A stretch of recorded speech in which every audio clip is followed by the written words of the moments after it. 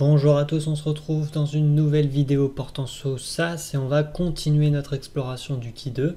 Et dans cette vidéo, on va passer aux choses sérieuses, c'est-à-dire qu'on va ajouter notre premier contrôle sur le macro-programme qu'on avait codé dans les précédentes vidéos. Donc si vous n'avez pas vu les précédentes vidéos sur le Key 2, je vous invite à les regarder. Nous ici, on va reprendre la version de la deuxième vidéo qui semblait relativement pas mal et puis on va la modifier. Alors je vais juste pas reprendre le paramètre d'option pour éviter de complexifier les choses, donc je vais rechanger ici en mettant keysquare et puis je vais éviter de rajouter un paramètre et à partir de là on va pouvoir ajouter un contrôle qui va éviter une erreur utilisateur. Donc je vais mettre version 3 du programme et je vais copier-coller ce que l'on avait. Alors, quelle est l'erreur utilisateur que l'on va essayer de corriger, qu'on va essayer d'éviter? Eh bien, on va essayer d'éviter que l'utilisateur mette deux fois la même variable. Ou du moins, si par mégarde, il met deux fois la même variable plus une autre variable, eh bien que ça effectue le bon test du Key 2. Donc, je vous donne un exemple. Admettons que on a envie du test du Key 2, profit 2 et spend 2. Et l'utilisateur, il s'est trompé. Bon, bah voilà, il a marqué ici profit 2. Donc, il aurait pu ne pas mettre spend 2. Ou il aurait pu mettre spend 2, mais à la fois, il a deux fois profit 2. Bon, bah, qu'est-ce qui va se passer? Dans le macro variable, dans le macro programme pardon, actuel, eh bien, ça va scanner le paramètre variable quali. À la première position, il va prendre profit 2. Là, on est d'accord. Mais ici, il va scanner, il va s'arrêter à la deuxième position qui est profit 2. Il ne va pas comprendre que nous, ce qu'on veut, c'est la troisième position, c'est spend 2. Et du coup, il va effectuer un test du Key 2 sur la même variable. Donc, ce qui n'a pas grand intérêt. Et nous, on veut éviter ça, justement. Donc, il y a plusieurs façons de le faire. Nous, on va avoir deux façons combinées en une. Donc, on pourrait simplifier le code, mais là, c'est vraiment histoire de vous montrer tout un tas de choses qu'on peut faire sous SAS. Donc, qu'est-ce qu'on va faire? On va rajouter ici un contrôle. Donc, je vais marquer ajout d'un contrôle. Et pour ajouter un contrôle, on va tout simplement créer une variable qui va contenir l'ensemble des noms de variables qui va récupérer en fait les noms de variables indiqués par l'utilisateur. Donc je vous montre comment le code et puis après on va s'arrêter sur le code pour bien l'expliquer. Donc on va faire une étape data, on va l'appeler data toto. On va mettre du coup set et on a besoin d'appeler data in. Pourquoi? En gros on lui dit créer une table toto à partir de la base de données de l'utilisateur qui est renseignée dans data in, mais dans cette base de données tu vas me keep, donc tu vas me garder simplement on va rester d'être homogène, tu vas me garder simplement les variables qui sont dans variable quali. Donc ça veut dire que, et je vais faire mon petit run, ça veut dire que j'ai une base de données qui a par exemple 10 variables. Donc ici, j'ai poussin1 qui a plein de variables.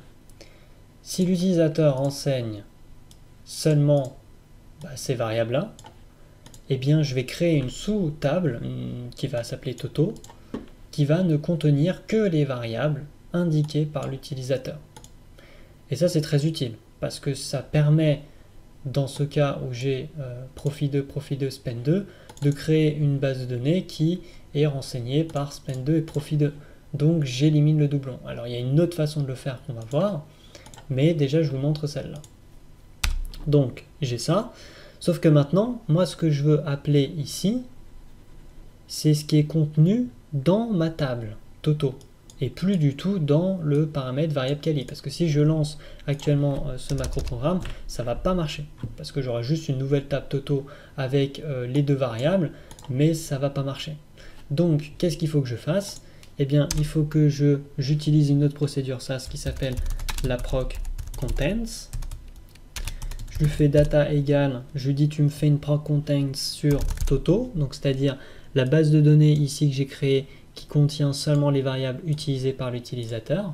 Et puis je lui ajoute une petite option qui s'appelle out, donc je vais l'appeler Titi, et qui va en fait me printer une table Titi qui va contenir, alors si je mets pas un noPrint avant, je vais avoir toutes les sorties. Donc en fait je lui dis fais une proc contents sur la base de données Toto, tu ne m'affiches pas l'ensemble des résultats, mais par contre tu me stockes les sorties sous la forme d'une table qui va s'appeler Titi. Donc rassurez-vous, après je vais lancer le code et puis on va le repasser en revue, ça sera beaucoup plus limpide. J'oublie pas mon run ici pour exécuter ma procédure. Et puis ensuite, qu'est-ce qu'il faut que je fasse? Eh bien, il faut que j'aille chercher, alors je vais peut-être le lancer maintenant pour vous montrer, ça sera peut-être plus simple. Donc je vais tout simplement ici recopier, hop, qui 2, profit 2, profit 2, spend 2, donc là on est bon. Là on est bon, j'ai pas créé de nouveaux paramètres, donc normalement on est bon. Je le lance, journal, pour l'instant pas d'erreur, donc on est bon. Et ici je le lance, voilà. Alors, all paramètre n'est pas défini. Ok, donc pourquoi il me dit ça? Il me dit ça parce que j'ai tout simplement oublié de supprimer la virgule ici. Donc ça ne pouvait pas marcher. Je l'exécute. Et là, mon test, il marche, mais pour l'instant, en fait, je m'en fiche complètement qu'il marche. Parce que le contrôle n'est pas du tout terminé. Ce que je voulais, c'était ce qui apparaît ici dans la work, donc la librairie de travail de SAS. On constate que j'ai bien une base Toto et j'ai une base Titi. Donc, mon utilisateur, il renseigne data in. Donc, il renseigne poussin 1, toutes ces variables. Et puis, une fois que ça rentre, data in est coupé. Donc on garde seulement les variables quali renseignées par l'utilisateur profit 2, spend 2. Donc si j'ouvre Toto, qu'est-ce que j'ai? Eh bien j'ai spend 2 et profit 2. Et j'ai pas deux fois profit 2. Donc là déjà, ça me permet d'éviter que l'utilisateur fasse des bêtises. Et ensuite, je lui dis tu me fais une proc contents et tu me sors toutes les informations dans une base qui s'appelle Titi. Donc qu'est-ce que j'ai dans Titi? Eh bien j'ai toutes les informations de ma base Toto. Et pourquoi c'est important? Parce que moi, je veux récupérer dans mon code, c'est-à-dire ici, le nom des variables. Et comment je peux obtenir à partir de ça le nom des variables? En faisant une proc contents de Toto qui me sort le résultat dans Titi. Et donc dans Titi, j'ai bien ici une variable qui s'appelle name et qui est composée de l'ensemble des noms de variables de la base de données de Toto. Donc ici, il y en a deux parce que dans Toto, j'ai deux variables. Bon, j'ai plein d'autres infos qu'on pourra réutiliser dans d'autres tutoriels, mais pour l'instant, ce qui nous intéresse, c'est bien cette variable. Et maintenant, comment on va aller sélectionner cette variable et ces noms de variables de Toto qu'on va pouvoir stocker dans un nouveau paramètre, comme c'est le cas dans variable quali? Eh bien, je vais utiliser une autre procédure qui s'appelle la proc SQL. Alors, si vous avez déjà fait du SQL, ça va être simple. Sinon, bah, ici, on va coder en SQL. Mais rassurez-vous, je vais vous expliquer. Donc la proc SQL, elle fonctionne comme ça. J'écris proc SQL et puis je fais kit. J'écris pas run, je fais juste kit. Qu'est-ce que je vais faire? Je vais lui dire, tu me sélectionne. Alors là, je peux mettre un distinct. Pas obligatoire parce que j'ai déjà écrasé le doublon avant. Mais bon, ça coûte rien de le mettre. Donc je vais mettre distinct ici. J'écris name. Et ensuite, je lui écris into, je vais écrire variable, separated by up from Titi. Alors, qu'est-ce que je lui dis? Je lui dis, tu vas me sélectionner distinctement, donc une fois, la variable qui s'appelle name. Donc si j'ouvre Titi et je double-clique, c'est cette variable. Donc ça veut dire le contenu ici, cette colonne. Donc dans Titi, tu vas me sélectionner cette variable. Comment je sais que c'est dans Titi? Parce que je lui ai dit from Titi. From, c'est la base de données dans laquelle je vais sélectionner. Et je lui dis, donc tu me sélectionnes les informations dans variable name, et tu me les stocks, c'est pour ça qu'il écrit into, dans une macro variable que je vais appeler variable. Donc là, je pourrais mettre ce que je veux. Vous pouvez l'appeler, je ne sais pas moi, tata, peu importe. Separated by, ça veut dire que dans cette macro variable, les informations que tu me les sépares d'un espace. Parce que ici, je lui ai dit separated by un espace.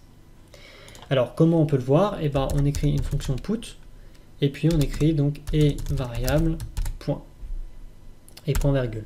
Pourquoi je fais un et commercial et un point? Parce que j'ai créé pas une simple variable ici, mais une macro variable. Pour voir le contenu, eh bien, je suis obligé de l'écrire comme cela. Donc à partir de maintenant, je pourrais tout simplement le lancer et regarder sur mon journal qu'est-ce qui se passe pour voir si ça a bien marché. Et c'est d'ailleurs ce que je vais faire pour vous montrer que ça marche. Et voilà, donc je vais le sélectionner. Hop. Et je le lance. Alors pour l'instant, le contrôle n'est pas terminé, mais ce que je voulais, c'était ça. Sur votre journal, donc on voit qu'il a fait tout un tas d'étapes, et puis là, il nous affiche profit 2, spend 2. Pourquoi on a profit 2 et spend 2? Eh bien tout simplement, c'est le contenu de la macro variable et variable. Et je lui ai dit, pourcentage put, tu m'affiches sur le journal le contenu, donc c'est ici. Donc voilà à quoi sert cette fonction pourcentage put. Alors maintenant, comment terminer ce macro programme?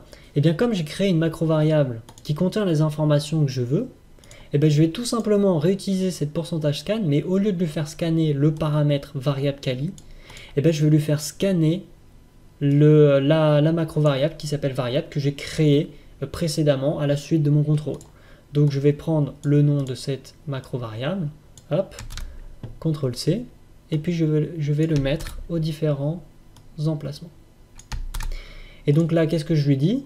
Je lui dis, dès que tu arrives là, tu vas me scanner le contenu. À la position 1, tu m'affiches ce qu'il y a. À la position 2, tu m'affiches ce qu'il y a. Et ça me permet de reconstruire mon test du Ki 2. Donc, en résumé, qu'est-ce qui se passe? Donc là, si je le lance, ça marche très bien. Donc, je le fais apprendre et je le lance. Et là, j'ai bien mon test du Ki 2, bon, qui n'a pas changé depuis la dernière fois parce que c'est les mêmes variables, mais qui fonctionne bien avec le contrôle. Et là, donc, il m'affiche toujours bien. Donc là, mon macro programme avec le contrôle est terminé. Maintenant, j'aimerais faire un petit récapitulatif parce qu'on a quand même vu pas mal de choses.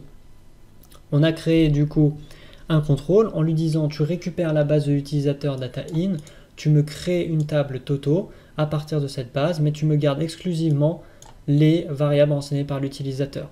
En faisant ça, on écrase le doublon. Donc on pourrait pas faire le distinct ici et garder simplement cette sécurité. Mais nous, on est vraiment très prudent. Donc en plus, on lui dit fais une proc contains, récupère-nous le nom des variables. Tu nous sélectionnes de façon distincte, donc qu'une seule fois, le contenu dans name. Tu nous le stockes dans une macro variable qui s'appelle variable. Et puis ici, on fait des pourcentages scan sur les différents niveaux, les différents, que ce soit 1, 2, 3, emplacements de la macro variable. Et tu reconstruis comme ça notre test du Ki 2. Et à partir de là, eh bien, ça marche très bien. Même si on a ici un doublon et que l'utilisateur s'est trompé, au final, il a exactement la même chose. Donc le but, quand on programme tout ça, c'est pas non plus mettre des contrôles partout, parce que de toute façon, on ne peut pas tout anticiper.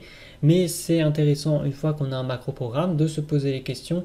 Qu'est-ce que l'utilisateur va faire? Qu'est-ce qu'il peut faire? Bon, voilà, il peut doubler la variable. Il pourrait très bien mettre une variable numérique, donc on pourrait très bien se dire je mets un contrôle et j'exécute pas le test si jamais c'est numérique. Enfin bref, on peut vraiment y réfléchir et faire en sorte que l'utilisateur soit protégé en quelque sorte par le macro-programme qui a été développé. Donc voilà, j'espère que cette vidéo vous aura plu. Nous, dans la prochaine vidéo, on va continuer et on va plutôt passer du côté entre variables dépendantes et variables explicatives. Parce que pour l'instant, on s'est intéressé à deux types de variables explicatives. Donc rappelez-vous, quand on a deux types de variables explicatives, on ne veut surtout pas de corrélation. Nous, maintenant, on va passer de l'autre côté, c'est-à-dire entre Y et X, et on veut savoir s'il y a de la corrélation. Et pareil, on va construire un macro-programme et on va avoir un contrôle qui permet d'exécuter cette version du test du Ki 2. Donc voilà, n'hésitez pas toujours à liker, à partager et à laisser un commentaire sous la vidéo. Et puis moi je vous dis à très bientôt dans la prochaine vidéo. Ciao à tous.